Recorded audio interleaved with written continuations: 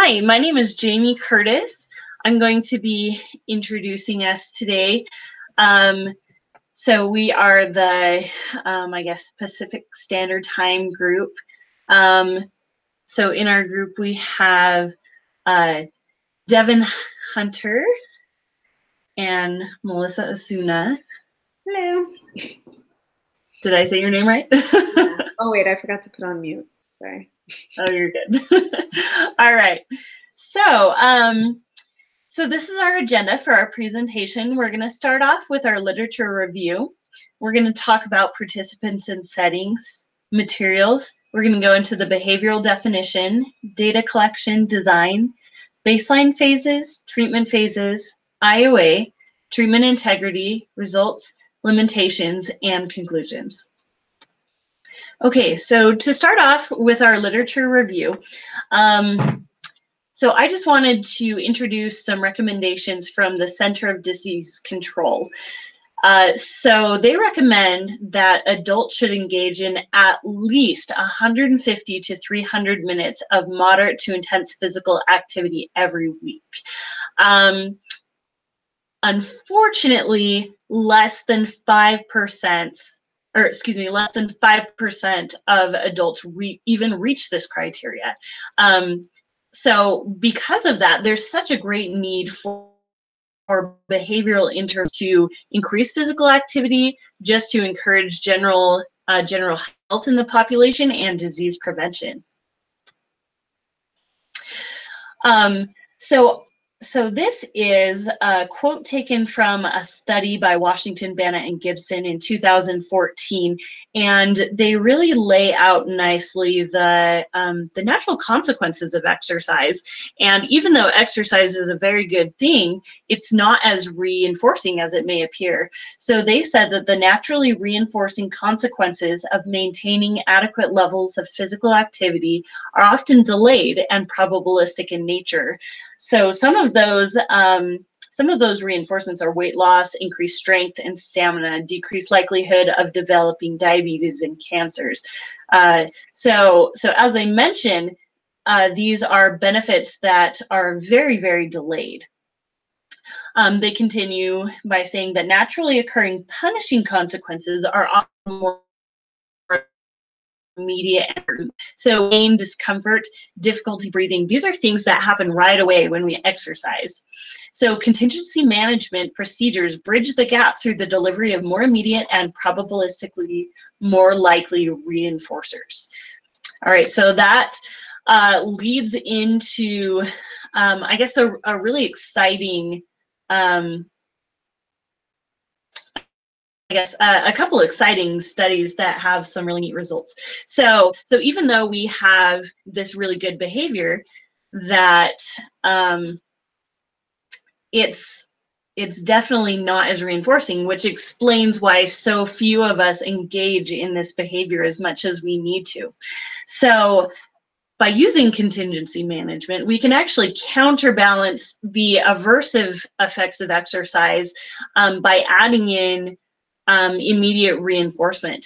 Now, there are a couple of different studies that have attempted to use different reinforcement methods and schedules in order to increase physical activity. So some of the methods that have been used include prize drawings, earning points to exchange for preferred items, or monetary compensations. So, and in all of these methods used and in all of these studies listed, the participants were able to increase their physical activity. So something that's really encouraging for this contingency management procedure. So let's talk a minute about internet-based contingency management. So this particular contingency management procedure was studied by Curdy, Dallery, and Jesse. They used a monetary compensation system to encourage an increase in steps per day. It was a changing criterion design, and it was used to shape the individual's behaviors until the individuals were able to reach 10,000 steps in one day for 3 out of 5 days. All participants that participated in this study were successful in meeting that goal. And we should note that there were 6 participants who participated in that as well. So this is the study that we chose to replicate. So that's what we're going to be discussing today.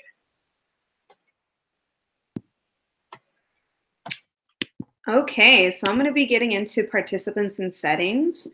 There were 3 females.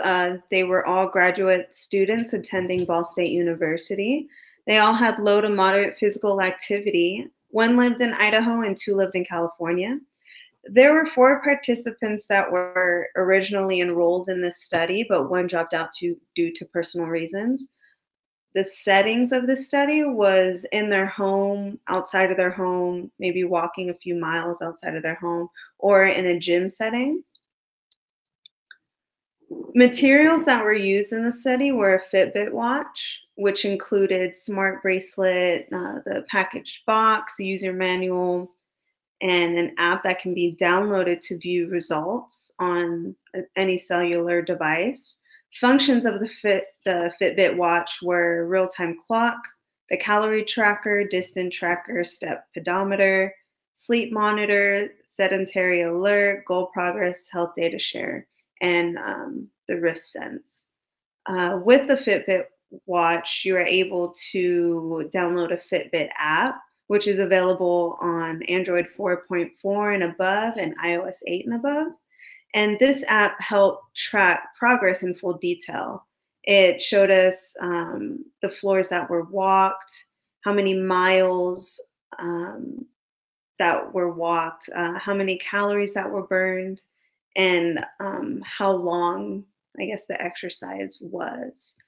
And then an iPhone health app was used an hour of certain days to compare with the Fitbit app. And this was used to collect IOA and treatment integrity.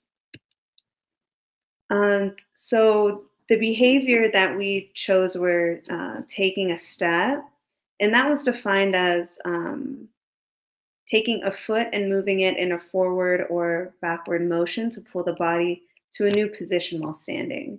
Examples of this would be walking to the bathroom, going on a long walk around the neighborhood, and moving from the kitchen sink to a new position in the kitchen to the counter that required taking the least step.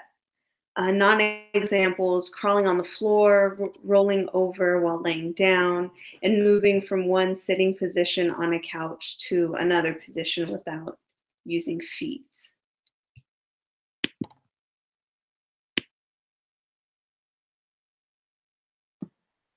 Okay, so I'm going to be getting into the data collection for our study. We each wore a Fitbit to calculate the frequency of our steps. We wore Fitbits during waking hours only, and except for water activities such as showering. And to assist in keeping track of our steps, we created a master step sheet, or as the original study refers to it, the activity log, using Google Sheets.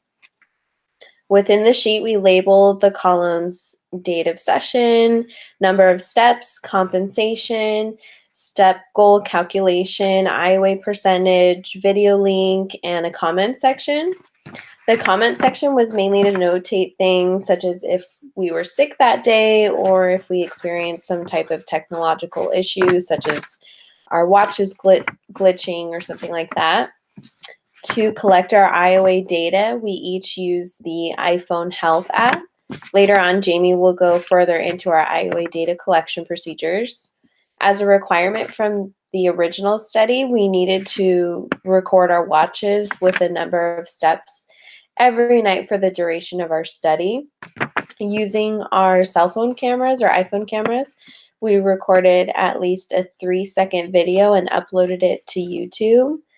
So from there, we would take the link from YouTube and post it within our master activity log. Finally, our study components required internet access to gain access to YouTube and Google Sheets. As far as the design for our study, We mimicked the original study and implemented a changing criterion design.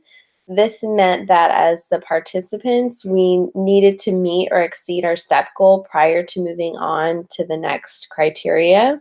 The ultimate goal of the study was to achieve 10,000 steps or more per day for 3 days over a 5-day block.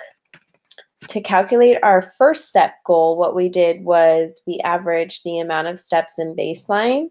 So we took the total amount of steps and then divided it by the amount of days.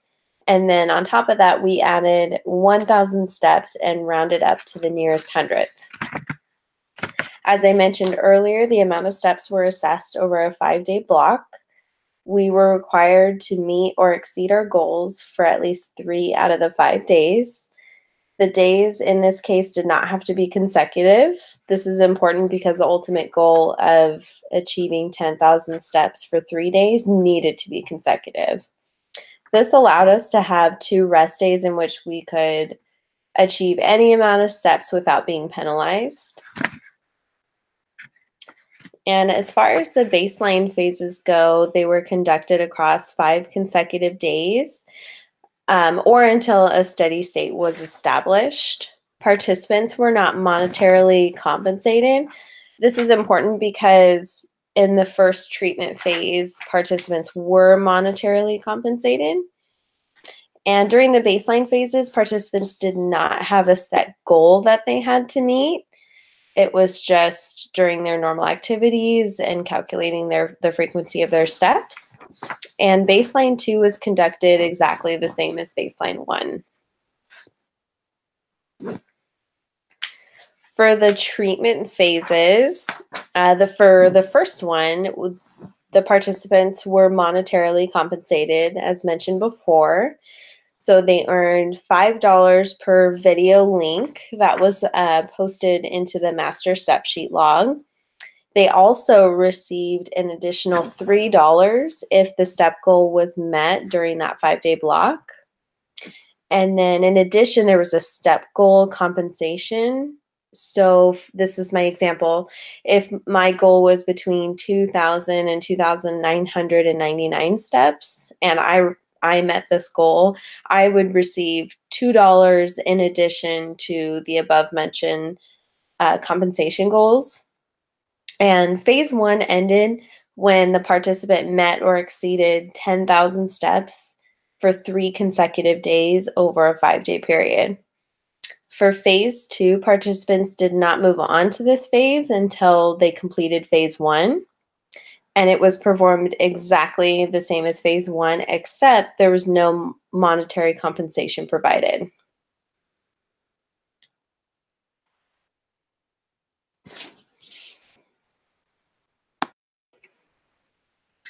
Okay, so for our IOA data collection, as mentioned before, we used 2 devices. Essentially, we used the Fitbit app, and then, we used the Fitbit device, and then we used the Apple Health app as well.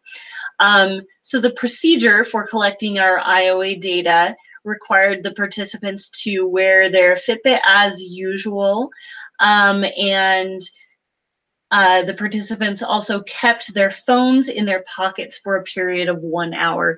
During that period, data was collected both by the Fitbit and by the phone. At the end of the hour, the number of steps on each device was recorded. So we would have two different numbers. We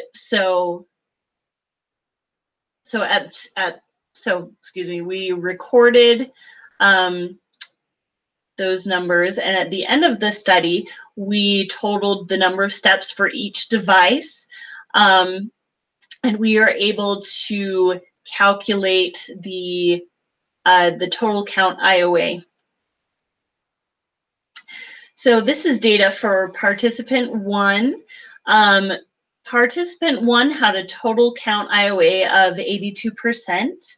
They had a total of 45 data points. Now, these data points were collected throughout the entire study. However, they had 16 IOA data points. So there were 16 days in which this individual collected data and used the method that we discussed just previously. So that means that 35% of the total data, or excuse me, 35% of the days that we collected data, we also collected IOA data as well. So for participant 2, this participant moved quickly through phase 1. So they have much fewer data points. The total count IOA was 96%. There are only a total of 23 data points. And then we have 8 IOA data points as well. So that again leaves us with 35% of the data. And then I have participant 3. I will have this tomorrow, guys, I promise. Okay, so we also chose to monitor our treatment by using a treatment integrity checklist. So we use this weekly to ensure that every participant was following procedures correctly. So the items that were included in this checklist noted that in a period of 7 days, we had to make sure that we are wearing the Fitbit during all waking hours, excluding those water activities. We also asked if each participant was able to input their daily steps at the end of each day into the Excel spreadsheet or into the Google Doc. Did the participant record a 3-second video for each day and upload it into the master activity log? We also asked if the participants were able to attend a weekly Google Hangout session. We met every Monday and we discussed how the study was going. We also went through this fidelity checklist as well. We also discussed if IOA data was taken and recorded on the days that they were assigned. We also made sure that participants were following the IOA procedure by keeping their phone in their pockets for the entire hour.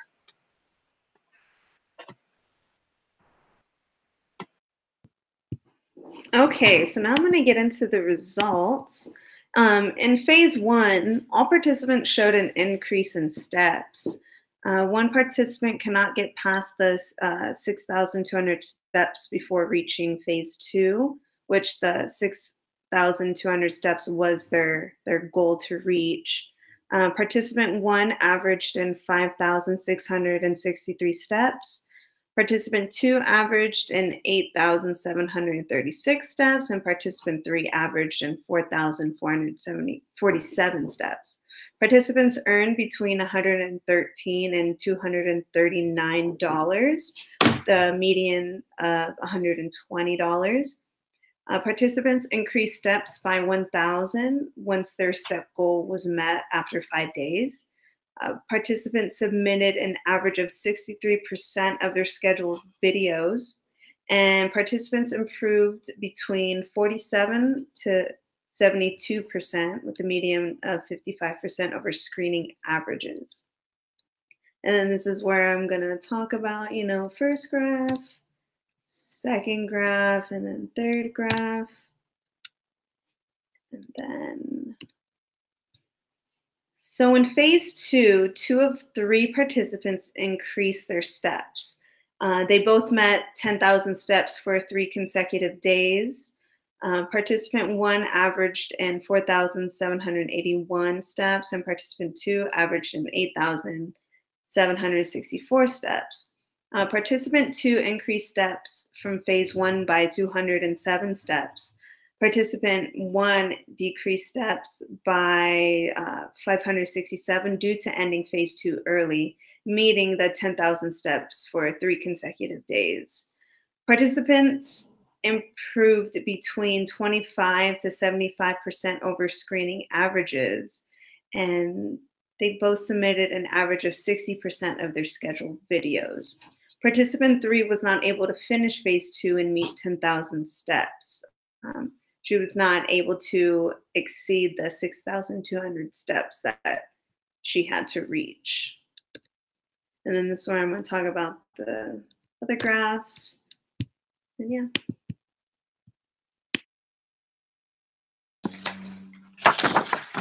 As with any study, there are limitations. For our study in particular, one of the limitations was that the study relied on a lot of self-reporting methods. This means that we had to keep track of wearing our watch, inputting the step count into the master step sheet, and uploading the videos. Nobody reminded us or made us do it or was watching us do it. We had to be reliant on ourselves to take care of these things. Another limitation is mentioned in our original study as well. It's called the one body authentication problem. This relates to the idea that everyone has a unique heartbeat, just like everyone has a unique fingerprint.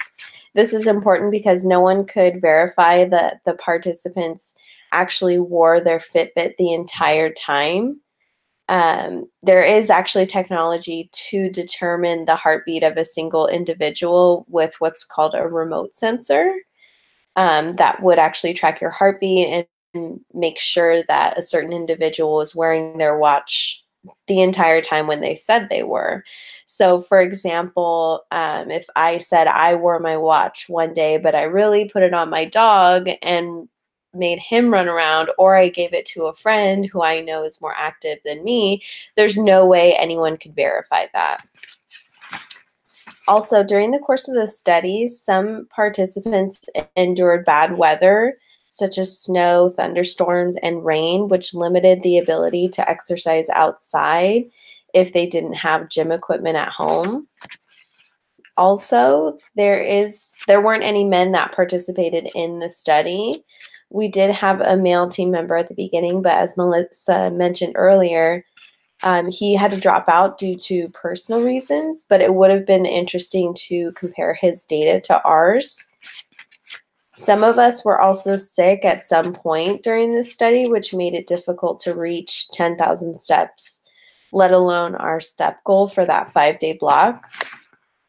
And since the study was finished before all participants finished the study, we are limited on analyzing the results of our data to the most accurate ability. And finally, since we decided on our own how we were going to pay ourselves individually, it was potentially less effective than if a third-party experimenter had paid us, just like in the original study. So to conclude this study provided evidence to support that monetary consequence does increase walking in sedentary adults. All adults were motivated to increase their steps in phase 1. Although in phase 2, monetary consequence was not given, participants wanted to continue the momentum of increasing their steps. And also the Fitbit provided instant feedback to each participant about overall activity. And I believe that because we were able to track our own on the Fitbit app, it kind of motivated us to do our steps. I gotta work on that, but yeah. And then the reference page. I gotta practice what I was trying to say. I kind of like blanked out. It's all good. But yeah, I guess that's it. We good.